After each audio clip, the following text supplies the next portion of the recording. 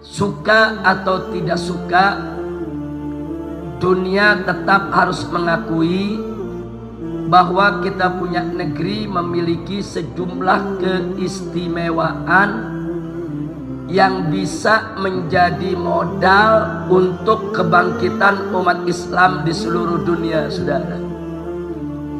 Yang oleh karenanya jangan kaget kalau gerakan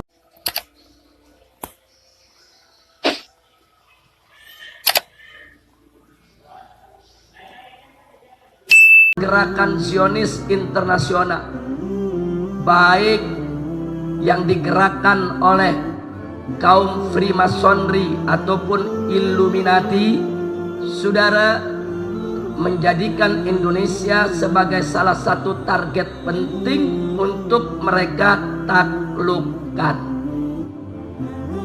Gerakan Zionis ialah suatu gerakan dari bangsa-bangsa Israel di seluruh dunia yang bercita-cita ingin mendirikan negara Israel Raya untuk menguasai seluruh dunia. Sedangkan Freemasonry ini gerakan politik yang dilakukan oleh kaum Zionis yang tujuannya untuk memuluskan dan melancarkan jalan bagi Zionis di dalam mewujudkan cita-citanya. Begitu juga Illuminati, suatu gerakan politik yang merekrut tokoh-tokoh dunia, baik dari kalangan Yahudi maupun non-Yahudi, baik dari kalangan Israel maupun non-Israel, untuk menjadi kaki tangan Zionis di dalam mewujudkan cita-cita mereka. Makanya jangan kaget, gerakan Freemasonry dan Illuminati sudah ada di Indonesia sejak zaman penjajahan Belanda, karena Belanda yang membawa saudara Freemasonry ke negeri ini. Dulu disebut tarekat Mason.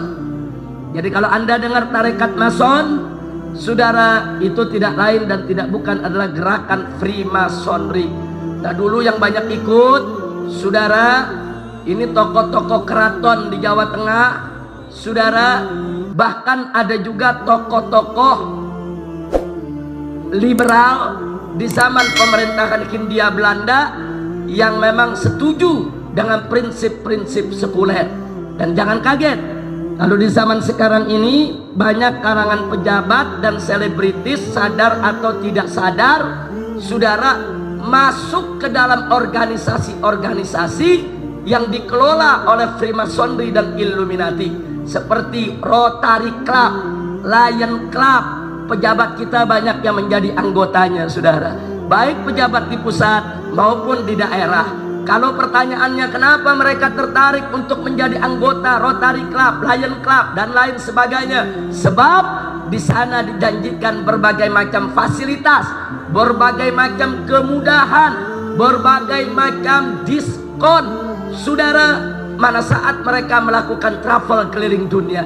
Siapa yang menjadi anggota Rotary Club, siapa menjadi anggota Lion Club, kalau mereka keliling dunia, saudara, bayar hotel bisa separuh harga, bayar tiket pesawat bisa separuh harga, belanja di mal-mal bisa separuh harga, saudara, mendapatkan kredit dari bank-bank untuk usaha juga dimudahkan, dan seterusnya dan seterusnya. Makanya jangan kaget, banyak pejabat-pejabat Indonesia sekalipun, saudara, dari tingkat kepala daerah sampai menteri-menteri di tingkat pusat, sampai anggota-anggota dewan kita tertarik untuk menjadi anggota Freemasonry maupun Illuminati, yang merupakan bagian daripada kerja Zionis untuk menguasai dunia internasional ini.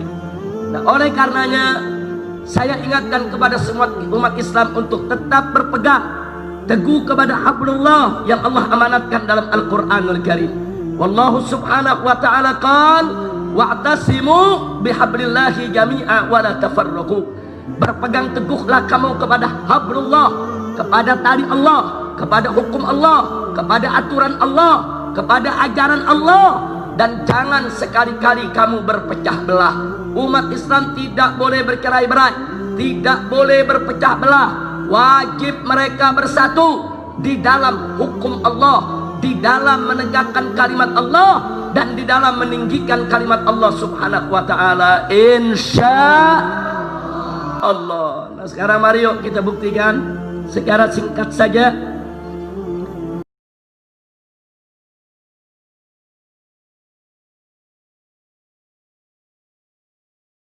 Kenapa gerakan-gerakan Zionis, Freemasonry, Illuminati, dan yang sejenisnya mereka rame-rame masuk Indonesia, saudara?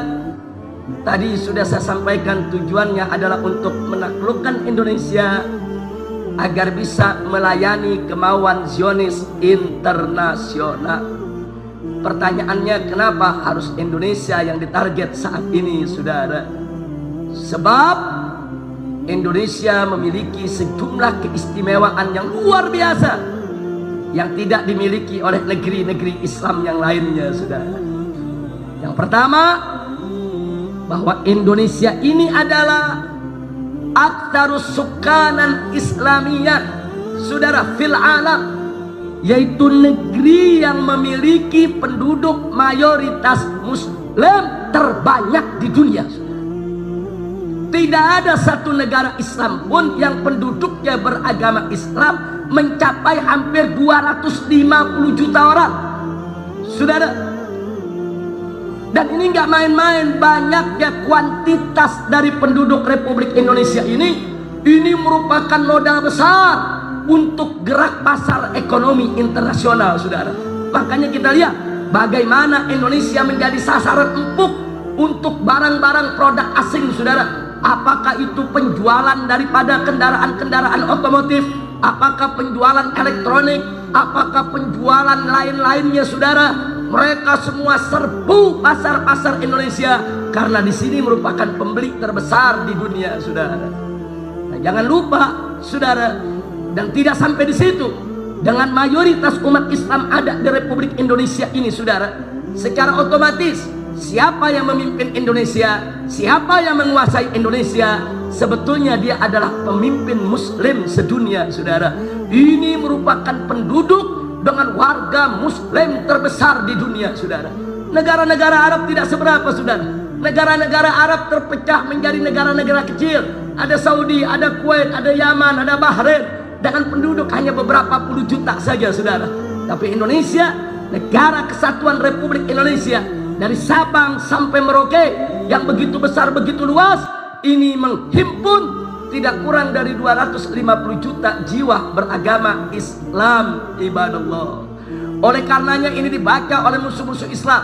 Dengan Indonesia menjadi negara berpenduduk Muslim mayoritas sedunia, berarti Indonesia punya potensi, saudara, menjadi pusat kebangkitan Islam di dunia ini, saudara. Maka itu, saudara, musuh-musuh Allah, musuh-musuh Islam tidak suka dengan potensi yang dimiliki oleh Indonesia ini, saudara. Lalu apa yang mereka lakukan? Mereka lakukan berbagai macam upaya. Bagaimana caranya ke depan Indonesia tidak lagi mayoritas Islam, saudara. Mereka hancurkan sendi-sendi kehidupan kita. Bagaimana Indonesia 20 tahun yang lalu, umat Islam di Indonesia masih 90%, saudara. Tapi hari ini umat Islam di Indonesia hanya 86%, saudara. Kenapa bisa berkurang? Satu, karena kristenisasi yang merajalela, pemurtadan yang merajalela di berbagai daerah di Indonesia, dan banyak orang-orang awam Indonesia yang dimurtadkan. Nggak sampai di situ. Yang kedua, saudara, bagaimana orang-orang di luar Islam mengharamkan pengikutnya memiliki keturunan sedikit, saudara, sementara di kalangan umat Islam, saudara, rame-rame ingin punya keturunan sedikit, saudara. Ya, mereka berlomba untuk memiliki anak keturunan yang banyak, sementara umat Islam berlomba untuk mengurangi atau menahan keturunannya satu atau dua saja. Akibatnya populasi pertumbuhan daripada orang-orang Islam menjadi lambat, sedangkan populasi pertumbuhan orang-orang di luar Islam menjadi cepat, saudara. Nah, makanya maaf Pak Bu ya, jangan salahkan saya kalau saya sering ngomong depan ibu-ibu, ibu punya anak yang banyak, Bapak-bapak cetak anak yang banyak. Mumpung bapak mesinnya masih mantep, pabriknya masih ada. Ada yang protes, ada yang katakan, Habib Rizik, ini bagaimana? Kok kita diajak untuk punya anak banyak,